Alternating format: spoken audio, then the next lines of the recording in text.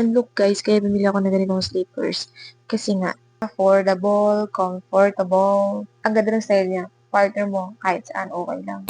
Hello guys! Welcome back to my YouTube channel. Today is isi-share ko sa inyo yung binili kong product dito na naman sa TikTok shop. Dahil nga, lagi ito naka-add to cart sa akin. Pinag-iisipan ko talaga mabuti kung o-orderin ko siya kasi nga ang daming mga feedback na naman ganda and gusto ko kasi talagang masuot muna bago ko siyang mabili.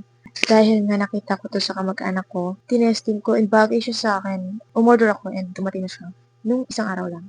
Hindi ko pa siya totally nagagamit. And itong product na to, papakita ko muna siya sa inyo.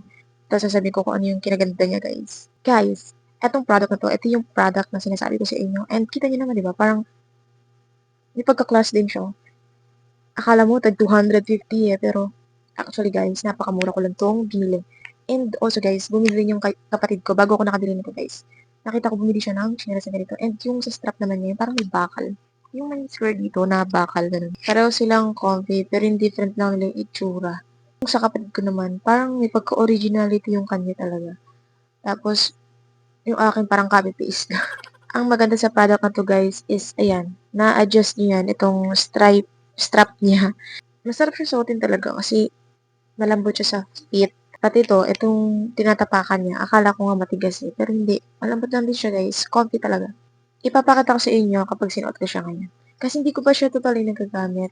And gagamitin ko sana siya pag Pasko na. So, ito siya guys.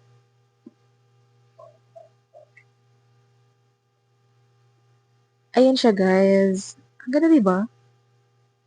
And actually guys, yung kinuha kong size nito is, feeling ko kasi malaki yung sizing nila. So, ang pinili ko lang is 38 to 39 size. Di ba nga, ang size ko is 39-40. So, kasya siya sa akin. Even 39 size ako. And look guys, kaya bumili ako ng ganitong slippers. Kasi nga, paano pag ayoko mag-sandals, ayoko mag-rubber, gusto ko ganito lang yung yung style niya. Parang may pagka-boyish. Kahit saan, pwede mo siya i-partner, ganun. Lakas na dating niya guys, oh. And affordable pa. Saan ka pa? Dami ko talaga nakikita mga murang product ngayon. Pero, depende talaga kung ano yung mapipiling yung worth it bilhin. Sabi ko talaga guys, maganda siya. And then, ito nga pala yung likod niya guys, yung ilalim niya.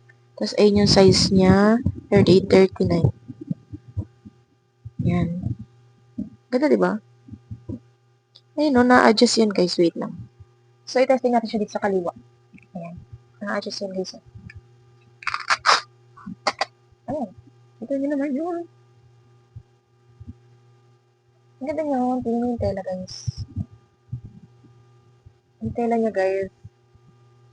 Ang ganda. Tapos, akala mo talaga matigas tong paanan niya, pero hindi. So, sa mga naghahanap din dyan ng ganitong mga slippers, affordable, comfortable. Ang ganda ng style niya. Partner mo, kahit saan, okay lang. Boyish style siya talaga yun. Maporma. So, buy it now.